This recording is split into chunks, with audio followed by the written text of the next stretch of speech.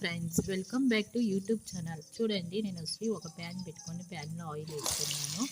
Onion, పచ్చిమిరపకాయలు, కరివేపాకు, కొత్తిమీర, మళ్ళీ బిర్యానీ ఆకు వేసుకున్నాను ఫ్రెండ్స్. ఈ పాలాకు వచ్చేసి నేను ఆల్రెడీ పేస్ట్ చేసి పెట్టుకున్నా, దాంట్లోనే గార్లిక్ పేస్ట్ వేసుకున్నాను.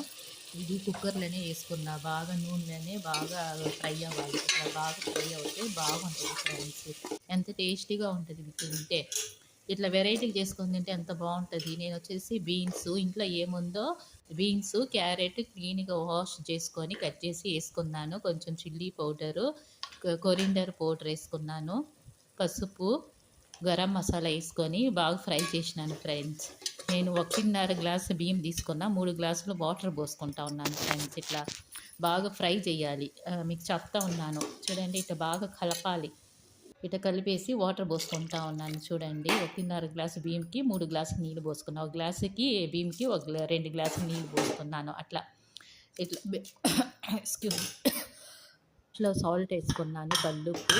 చూడండి, మూత కుక్కర్లో మూత పెట్టుకొని విజిల్ పెట్టుకున్నాను. 3 విజిల్ అయితే చాలు, బాగా ఉడకద్ది. ఆవిరంతా పోయినాక అది లిడ్ ఉంది కదా, లిడ్ ఎత్తండి. చూడండి, ఒక లైక్ చేయండి, కమెంట్ చేయండి.